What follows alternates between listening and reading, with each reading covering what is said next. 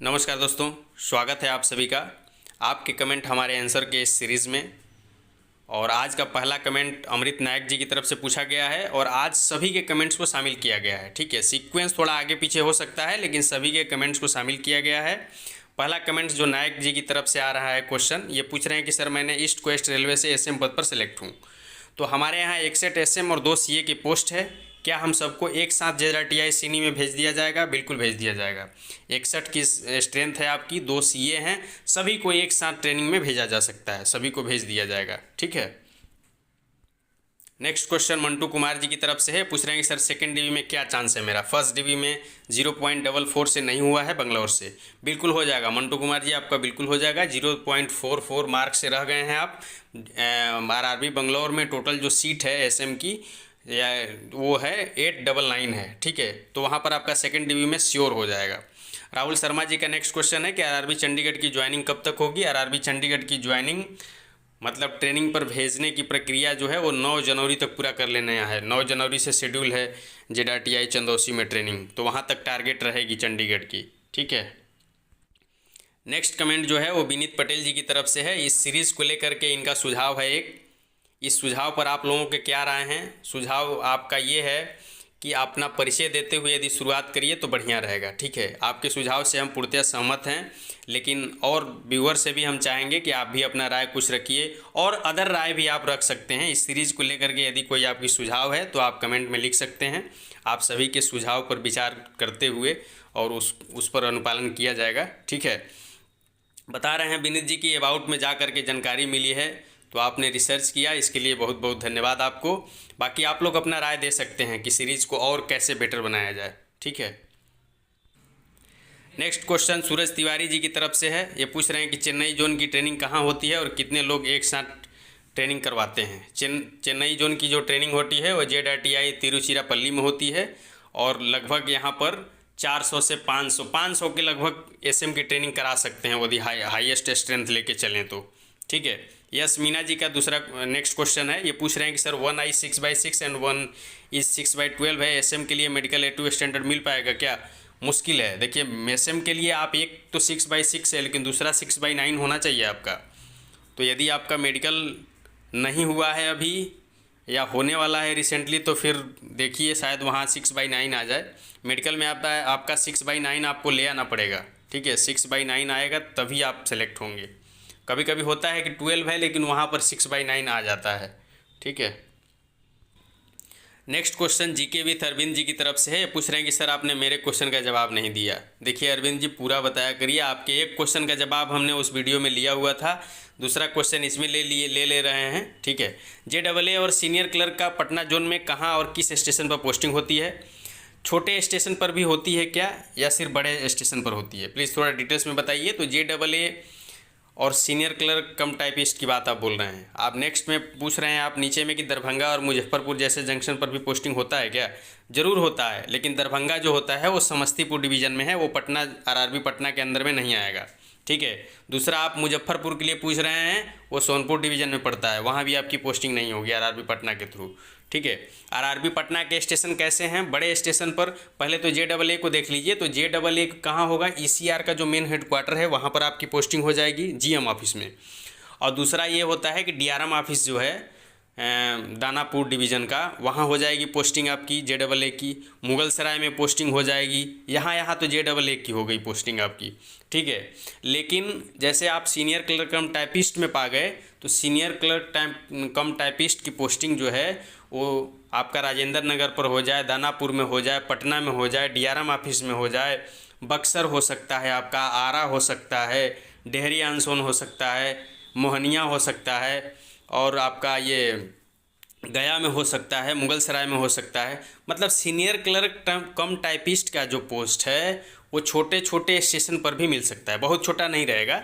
एक ऐसा स्टेशन जहाँ पर किसी विभाग का कोई कम से कम सीनियर सेक्शन इंजीनियर रहता हो और उसका ऑफिस हो, तो उसके ऑफिस में आप बाबू हो सकते हैं।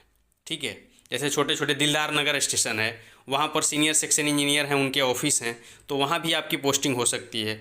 ठीक है, तो सीनियर क्लर्क कम टाइपिस्ट जो है वो आपको छोटा स्टेशन भी मिल सकता है, और JAA जो है वो हमेशा आपको या तो DRM ऑफिस मिलेगा या GM ऑफिस मिलेगा। ठीक है। दोनों में प्रमोशन के स्कोप जो हैं वो JAA ऑलवेज बेटर जाएगा, लगभग सेम ही है प्रमोशन का स्कोप, लेकिन JAA की फैसिलिटीज़ जो है वो बहुत अच्छी हैं। ठीक है। सैटरडे संडे दोनों ऑफ रहेंगे आप DRM ऑफिस में रहेंगे तो, DRM ऑफिस में या GM ऑफिस में रहिए तो। और यदि सीनियर क्लर्क कम टाइपिस्ट में रहेंगे तो आप फील्ड में रहेंगे, छोटे छोटे स्टेशन पर भी रहेंगे। जैसे बक्सर में हैं आप तो हफ्ते में आपको 1 दिन मिलेगा। ठीक है। डेहरी में हैं आप, डेहरी आनसोन में, तो हफ्ते में 1 दिन मिलेगा। सीनियर क्लर्क कम टाइपिस्ट लेकर के यदि DRM ऑफिस मुगल सराय में है तो आपको 2 दिन मिलेगा। ठीक है। तो ये सारी चीज़ें हैं, हमें जहाँ तक अनुमान है कि हमने पूरा डिटेल्स में बता दिया है, अब कोई कन्फ्यूजन नहीं रह गया होगा आपको। ठीक है। नेक्स्ट क्वेश्चन जो है वो अनुराग अवस्थी जी की तरफ से पूछ रहे हैं कि sir senior CCTC 4200 grade pay में भी वहाँ वही काम करना होता है जो 2800 वाले को होता है, या कुछ अलग काम होता है? सेम क्वेश्चन है, 4600 और 4200 में डिफरेंस क्या है?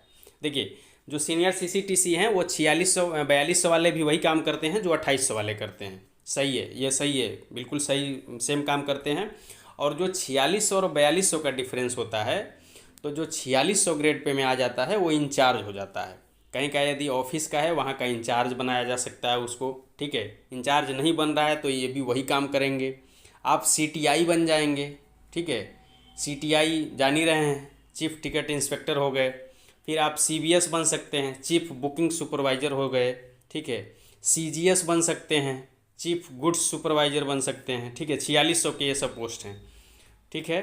फिर आपका CRS बन सकते हैं, चीफ रिजर्वेशन सुपरवाइज़र बन सकते हैं। ठीक है। तो ये आप इंचार्ज हो जाते हैं इस टाइम। अब आपके अंडर में स्टाफ रहते हैं और आपको ऑफिशियली सब काम उनसे लेना है, उनकी ड्यूटी लगानी है और सारी देखरेख पत्रचार आपको करना रहता है। ठीक है। 4600 में आपकी वर्क नेचर बदलती है यदि आप चाहें तो।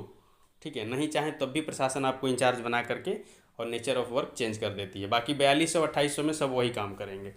ठीक है। जय हिंद। विकास मिश्रा जी ये पूछ रहे हैं कि मैं चैनल का रेगुलर व्यूअर हूँ। बिल्कुल बिल्कुल सही बात है विकास जी, रेगुलर व्यूअर हैं आप। पूछ रहे हैं कि मेरा पहले से सैलरी अकाउंट है और वही अकाउंट रेलवे में दे सकता हूँ क्या, और मेरा NPS अकाउंट भी है, क्या मुझे क्रॉस चेक भी देना होगा? अब आपने मेरा मेन एम्प्लॉय कॉलम में मिस्टेक से नो टिक वाले कन्फ्यूजन को बहुत अच्छे से आंसर दिया था, उसके लिए धन्यवाद। देखिए विकास जी, ये है कि आप पहले से सैलरी अकाउंट है आपका, उस अकाउंट को आप यहाँ रेलवे में दे सकते हैं। ठीक है, पहला चीज़। और दूसरा चीज़ ये है कि क्रॉस चेक आपको देना पड़ेगा, कैंसिल चेक आपको भी देना पड़ेगा। सभी व्यूअर्स से हमारी ये सलाह है कि यदि आपके पास चेक नहीं है, पहली चीज़ तो ये है कि राष्ट्रीयकृत बैंक में यदि आपके अकाउंट नहीं है तो अकाउंट खुलवा लीजिए, और आपके पास चेकबुक नहीं है तो चेकबुक के लिए अप्लाई कर दीजिए, चेकबुक की मांग होती है वहाँ पर। ठीक है। नेक्स्ट क्वेश्चन आशीष जी की तरफ से है। नमस्कार आशीष जी, ये पूछ रहे हैं कि सर जीजी का ड्रेस कोड क्या होता है ट्रेनिंग में और ट्रेनिंग के बाद? देखिए, जीजी का जो ड्रेस कोड है वो सेम टू सेम SM का है। जैसे स्टेशन मास्टर का विंटर में नेवी ब्लू कोट और नेवी ब्लू पैंट और वाइट शर्ट होता है, वही विंटर में गार्ड का भी होता है। ठीक है। और समर में वाइट पैंट और वाइट शर्ट, ये जीजी का भी होता है और SM का भी होता है। ठीक है। नेक्स्ट क्वेश्चन अनिल जी की तरफ से है, पूछ रहे हैं कि सर मुंबई में कितना कट ऑफ इंक्रीज हो सकता है लेवल 5 में? लेवल 5 में यदि आप कट ऑफ से 10 नंबर अधिक हैं तो आप अपने को बिल्कुल सेफ समझिए। ठीक है, मुंबई के लिए। नेक्स्ट क्वेश्चन शिवा पाल जी की तरफ से है, इनकी शिकायत भी है और क्वेश्चन भी है। ठीक है, सुन लेते हैं। हेलो सर, मैंने आपसे लैसिक को लेकर के सवाल पूछा है, 2 बार आप मेरे क्वेश्चन को स्किप कर रहे हो, क्यों? तीसरी बार और पूछ रहा हूँ। ठीक है। RRB ने 25/8/2022 को एक कोरिजेंडम निकाला है, सही है क्या? B1 B2 मेडिकल में लैसिक अलाउ कर दिया है, नोटिस नंबर दिस। देखिए बिल्कुल सही है, RRB ने निकाली है नोटिस लैसिक को लेकर के, उसको देख लेते हैं हम लोग अभी। शैलेंद्र सिंह जी का भी क्वेश्चन इसी से रिलेटेड है कि सर मेरी एक आंख में चोट लगने की वजह से सर्जरी करनी पड़ी, जिसकी वजह से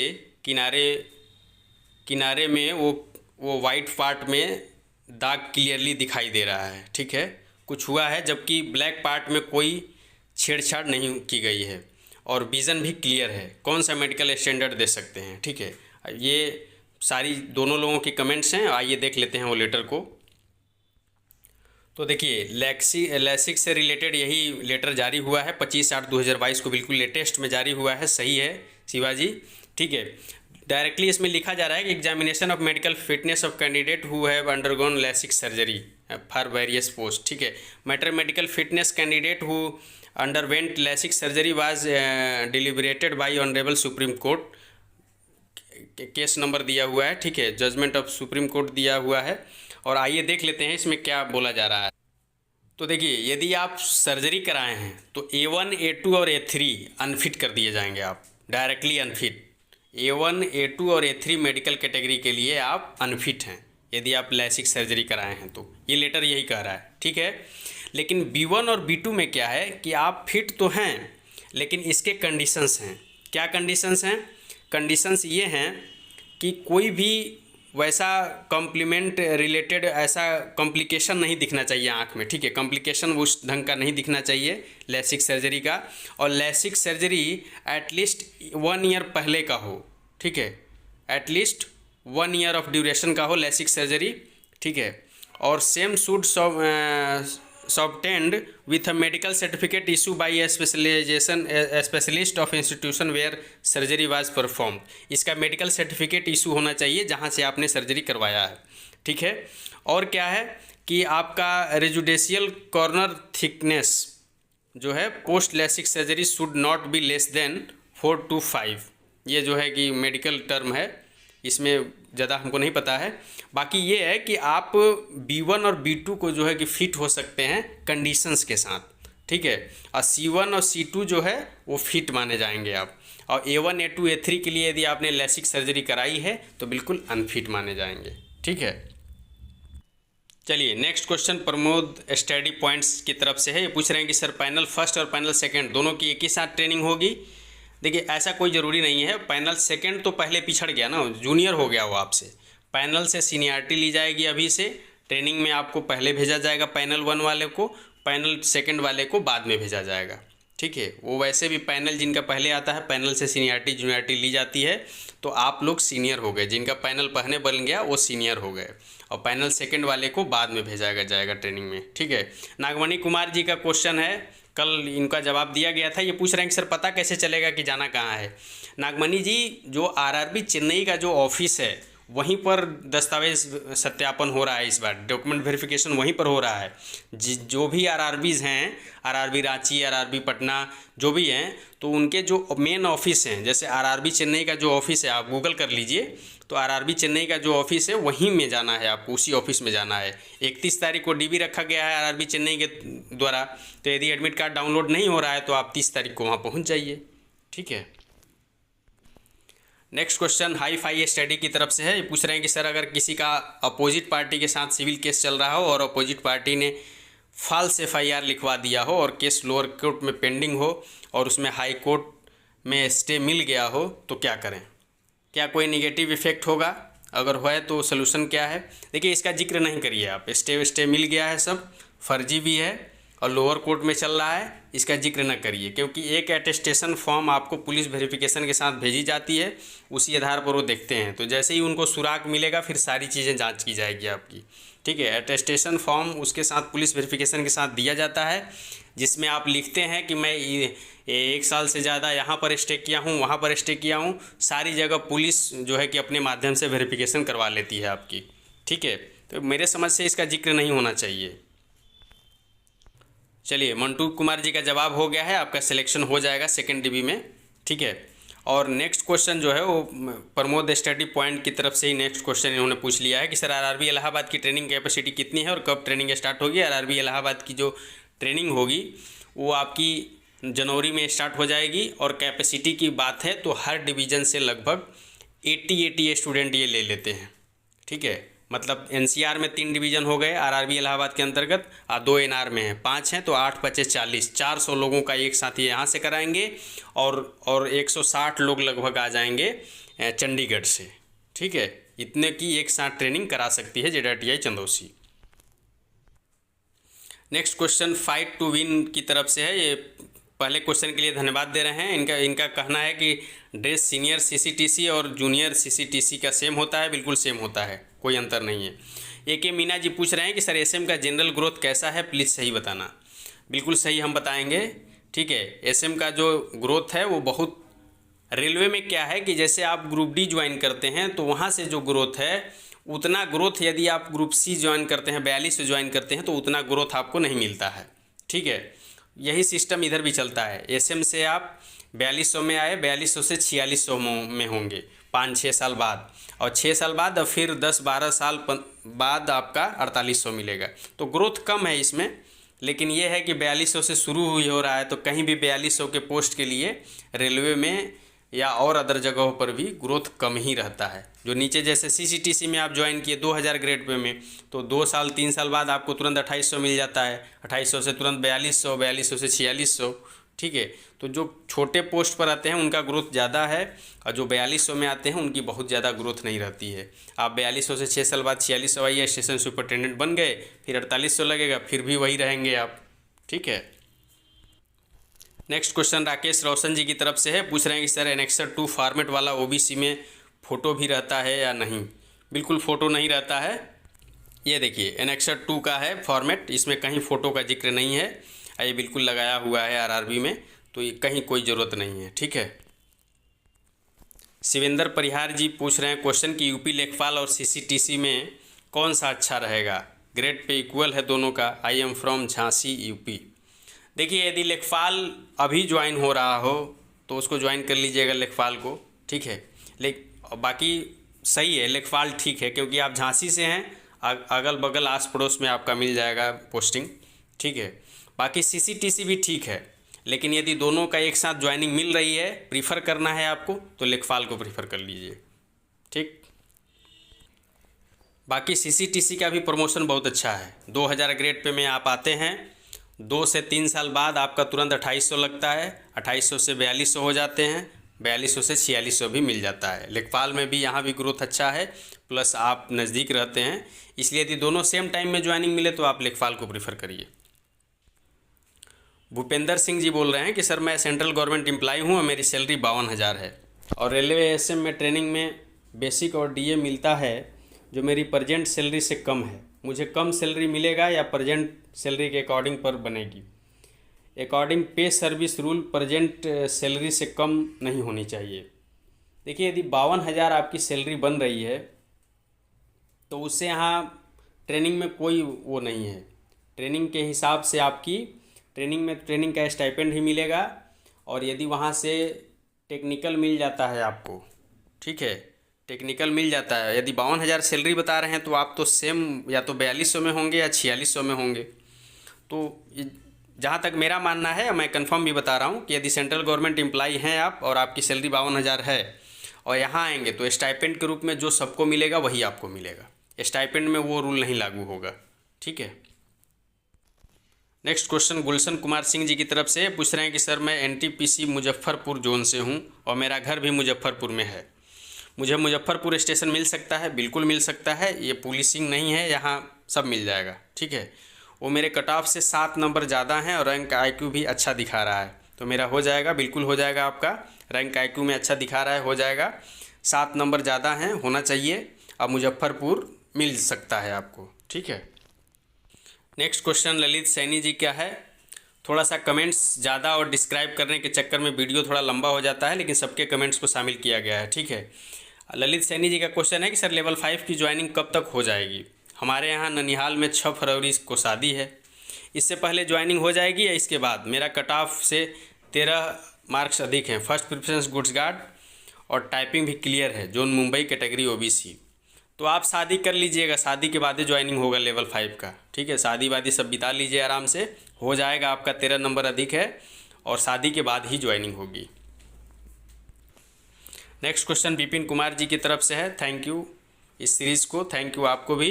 पूछ रहे हैं कि सर मेरा एनटीपीसी मुंबई से हूँ और मेरा डीवी हो गया है, डीवी में CBT 2 के एडमिट कार्ड का कार्ड में पैराग्राफ लिखा हुआ छूट गया था, कोई प्रॉब्लम हो सकता है? कोई प्रॉब्लम नहीं होगी, वो छूट गया है वहाँ, कोई बात नहीं, छूट गया।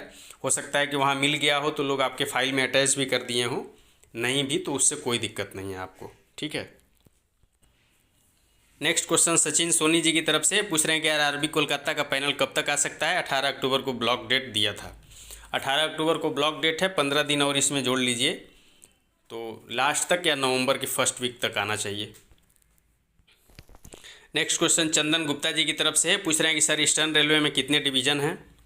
अब गूगल करने पर 4 दिखा रहा है, हावड़ा, सियालदा, आसनसोल और Malda. Malda division eastern railway में आता है, तो फिर मालदा बोर्ड में कौन कौन सा डिवीज़न आता है। देखिए जोन का बात अलग है और आरआरबीज़ की जुरिडिक्शन अलग अलग है। एक जोन में 2 आरआरबी भी हो जाती हैं, जैसे एनसीआर को देख लीजिए, तो एनसीआर अपना एक आरआरबी इलाहाबाद जो है उसमें एनसीआर की भी करता है अपॉइंटमेंट और एनआर का भी करता है, ठीक है। तो उस हिसाब से आरआरबी की जुरिडिक्शन अलग है और जोन की जुरिडिक्शन अलग है। बाकी यदि आप हैं कहाँ से, यदि मालदा से हैं तो मालदा का बताते हैं कौन कौन डिवीज़न में आपकी पोस्टिंग हो जाएगी। देखिए यदि आप आरआरबी मालदा से हैं तो मालदा के जुरिडिक्शन में मालदा डिवीज़न, आसनसोल डिवीज़न और आद्रा डिवीज़न है साउथ ईस्ट रेलवे का, और अलीपुरद्वार, ये इतने डिवीज़न हैं। तो डिवीज़न अलग हो जाते हैं, आरआरबी के जुरिडिक्शन अलग हो जाते हैं और जो जोन होते हैं वो अलग हो जाते हैं, ठीक है। आपको जिस आरआरबी में अप्लाई किए हैं आप उसके जुरिडिक्शन में जाके देखिए कि इसमें किस किस डिवीज़न में अपॉइंटमेंट हो सकती है। तो यदि आप आरआरबी मालदा से हैं तो इतने डिवीज़नों में आपका कहीं भी पोस्टिंग हो जाएगी। यदि ईस्टर्न रेलवे का मालदा आरआरबी से हैं, ईस्टर्न रेलवे आपको दे दिया है, तो केवल 2 ही डिवीज़न में आपकी पोस्टिंग होगी, मालदा और आसनसोल में, ठीक है। नेक्स्ट क्वेश्चन पंकज पंडित जी की तरफ से है, ये पूछ रहे हैं कि सर मैं एक दिव्यांग विजुअल इम्पायर्ड छात्र हूँ, 2007 में दिव्यांग प्रमाण पत्र बनवाया था जिसमें मेरा नाम पंकज पंडित है और मेरे पिताजी का नाम राम किशुन पंडित है। मेरी दिव्यांगता 80% है, मेरे सारे डॉक्यूमेंट्स में नाम है, पिताजी का नाम भी यही है। 2019 के एनटीपीसी फॉर्म भरा, उसके बाद दिव्यांग प्रमाण पत्र नया बना, ठीक है, जिसमें मेरे पिताजी का नाम और मेरा नाम एजुकेशनल आईडी प्रूफ से बिल्कुल मैच करता है और नया सर्टिफिकेट में मेरी दिव्यांगता 100% है। क्या मुझे डीबी के बाद प्रॉब्लम होगी? मैंने फॉर्म भरते समय 80% दिव्यांगता दिखाई है, कोई प्रॉब्लम नहीं होगी। सर्टिफिकेट आप थोड़े बना रहे हैं, सर्टिफिकेट तो डॉक्टर बना रहा है, कोई दिक्कत नहीं है। नेक्स्ट क्वेश्चन अमरीश कुमार जी की तरफ से पूछ रहे हैं कि सर मेरा इलाहाबाद जोन में EWS में 88.067 मार्क्स हैं, टाइपिंग की कट ऑफ 82.68 है, EWS की 78.99 कट ऑफ गई है। मेरी फर्स्ट प्रेफरेंस सीनियर CCTC है जिसमें 745 पोस्ट हैं और दूसरी GG है जिसमें 1401 पोस्ट है। तो क्या मुझे सीनियर CCTC मिल जाएगा या फिर GG मिलेगा? मिल जाएगा अमरीश जी, आपको सीनियर CCTC मिल जाएगा और नहीं तो GG भी मिल जाएगा, लेकिन पूरा चांस है कि सीनियर CCTC आपको मिल जाए, ठीक है। नेक्स्ट क्वेश्चन जो है द सक्सेस पॉइंट्स की तरफ से है, नमस्कार। आपको भी पूछ रहे हैं कि जब फॉर्म अप्लाई किया था 2019 में तो उस टाइम लेवल 5 के पोस्ट के बारे में ज़्यादा जानकारी नहीं थी और प्रेफरेंस में सीनियर CCTC, GG और JAA थर्ड पर रख दिया था, एक्सेट्रा। कोई ऑप्शन है मुझे JAA मिल जाए या सीनियर CCTC मिलेगा यदि नंबर बढ़िया हो? तो JAA मिलने के लिए अब ऑप्शन में यही है कि यदि आरआरबी फिर से आपको प्रेफरेंस देने के लिए बोले तभी कोई ऑप्शन है, नहीं तो दोबारा कोई ऑप्शन नहीं है, क्योंकि मेडिकल में आप B2 स्टैंडर्ड में आएंगे तुरंत आपको सीनियर CCTC मिल जाएगा, या A2 में आते हैं पहले में सीनियर CCTC नहीं मिल पाता है तो GG मिल जाएगा। आपने JAA को थर्ड प्रेफरेंस पर रखा है, तो यदि प्रेफरेंस वो फिर से बोलते हैं कि फिर से प्रेफरेंस दे दीजिए तब आपको JAA मिल सकता है, ठीक है, नंबर ठीक हो तो। बाकी और कोई उपाय नहीं है इसका। Next question LVS tuition classes की तरफ से है, ये पूछ रहे हैं thanks for good information. Thank you आपको भी सर, एक सर्विसमैन है आप। लेवल 5 में 56 मार्क्स हैं आरआरबी पटना से, रैंक IQ में कितना नंबर पर होगा हमारा ग्रुप में? आपसे रिस्पांस बिल्कुल हो जाएगा आपका, बिल्कुल हो जाएगा, एक सर्विसमैन है, 56 मार्क्स हैं, बिल्कुल हो जाएगा। नेक्स्ट क्वेश्चन जो है वो सामर्थ गुप्ता जी की तरफ से है, पूछ रहे हैं कि सर आरआरबी गुवाहाटी में डिवीज़न वाइज कितने वैकेंसी हैं, इसका पता चल जाएगा? बिल्कुल इसका पता चल जाएगा, आरआरबी गुवाहाटी की जो नोटिफिकेशन है वहाँ से पता चल जाएगा, गूगल में कहीं ना कहीं पड़ी होगी, देख लीजिएगा इसको। और दूसरा जो आपका क्वेश्चन है कि तिनसुकिया साइड से हूँ तो क्या मुझे तिनसुकिया डिवीज़न मिल जाएगा? बिल्कुल मिल जाएगा।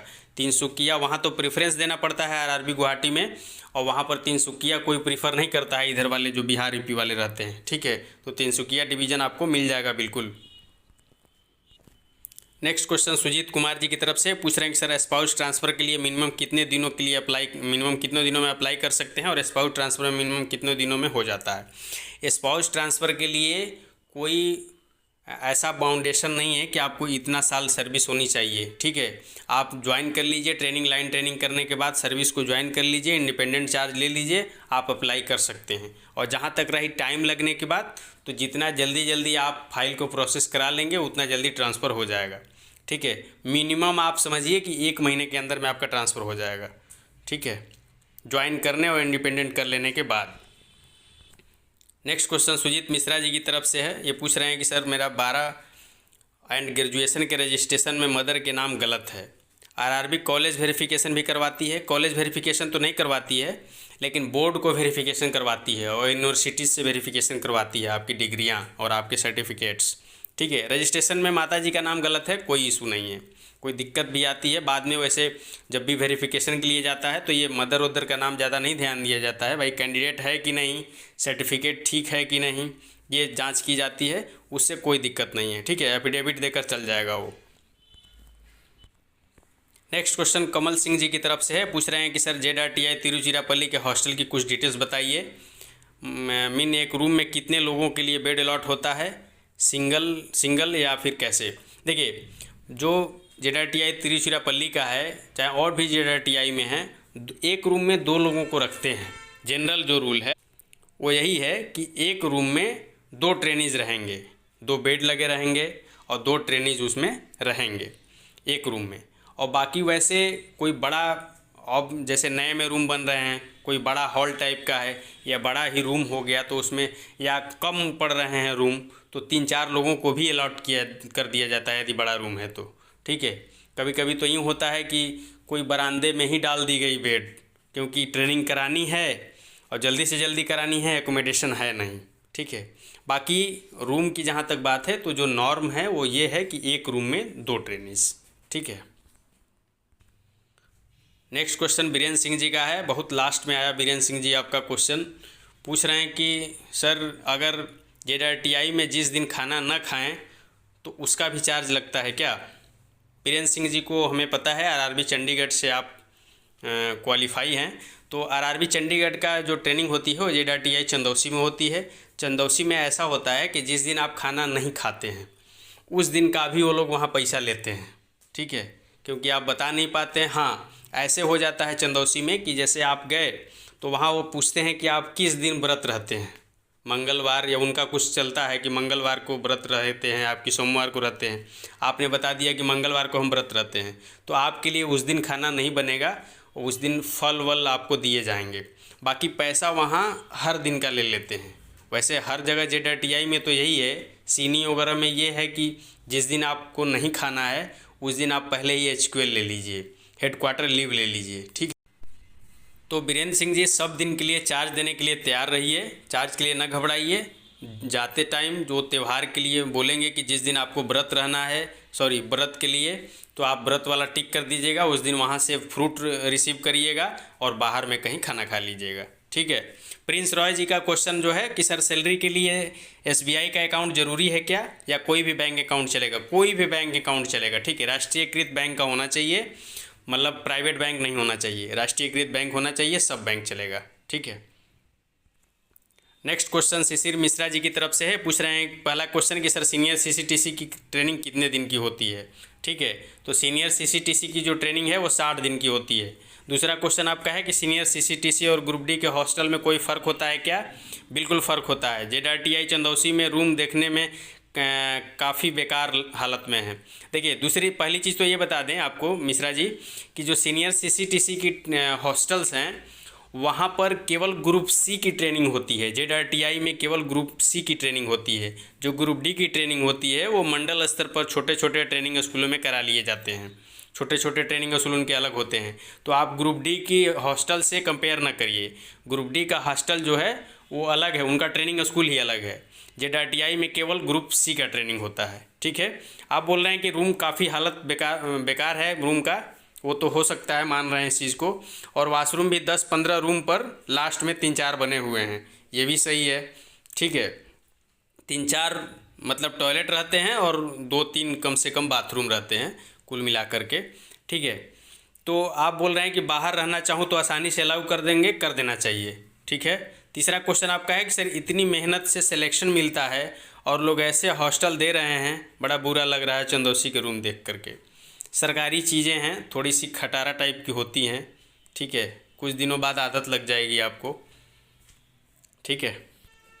जोक सपाट, लेकिन ये है कि इंफ्रास्ट्रक्चर सही होना चाहिए, रहने के लिए आवास सही दीजिए, ट्रेनिंग कराइए तो उसका एकोमोडेशन अच्छा होना चाहिए। जैसे JTI जो गाजीपुर बना है वहाँ पर हॉस्टल और सारी चीज़ें एकोमोडेशन बहुत अच्छे हैं वहाँ के, ठीक है।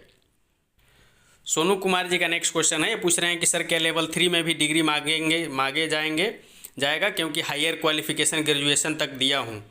बिल्कुल मांगेंगे, वहाँ भी डिग्री मांगेंगे, लेकिन यदि वहाँ डिग्री आप नहीं भी दे पाते हैं तो आपकी कैंडिडेचर कैंसिल नहीं होगी, ठीक है, क्योंकि आप यदि लेवल 3 है तो इंटर स्तर पर दे रहे हैं तो वहाँ कैंडिडेचर कैंसिल नहीं होगा।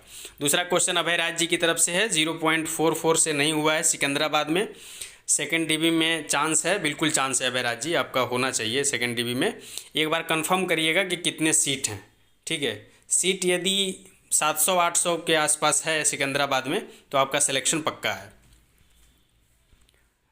नेक्स्ट क्वेश्चन वरुण आनंद जी की तरफ से है, पूछ रहे हैं कि सर RRB चेन्नई लेवल 6 का डिवीजन अलॉटमेंट कब तक होगा और किस माध्यम से होगा। ईमेल, मोबाइल नंबर, मैसेज या पोस्ट से होगा, क्योंकि मेरे पास तो ईमेल नहीं है जो फॉर्म में दिए थे, ठीक है। या फिर डिवीज़न अलॉटमेंट नहीं होगा और डायरेक्ट पोस्ट के माध्यम से ज्वाइनिंग लेटर भेजी जाएगी। डिवीज़न लिखा हो क्यों इस बार मेडिकल हो गया है, ज्वाइनिंग लेटर जाएगा उसी में डिवीज़न लिखा हुआ हो। अच्छा, ऐसा नहीं है वरुण जी, वो डिवीज़न अलॉट करेंगे और जैसे पैनल का लिस्ट जारी किए हैं वैसे आपके नाम दिए रहेंगे और आपके आगे डिवीज़न दिए रहेंगे, ठीक है। तो इस ढंग से जारी करेंगे, वो लिस्ट जारी करेंगे, हमेशा से तो यही होता आया है। नेक्स्ट क्वेश्चन मैथ्स दर्पण की तरफ से है, पूछ रहे हैं कि सर अगर डिग्री डिस्टेंस मोड से हो तो DB में कोई दिक्कत नहीं होगा। डिस्टेंस मोड से डिग्री हो तो कोई दिक्कत नहीं होगा, उससे कोई दिक्कत नहीं होता है। चलिए, बहुत बहुत धन्यवाद आप लोगों का, थैंक यू वेरी मच।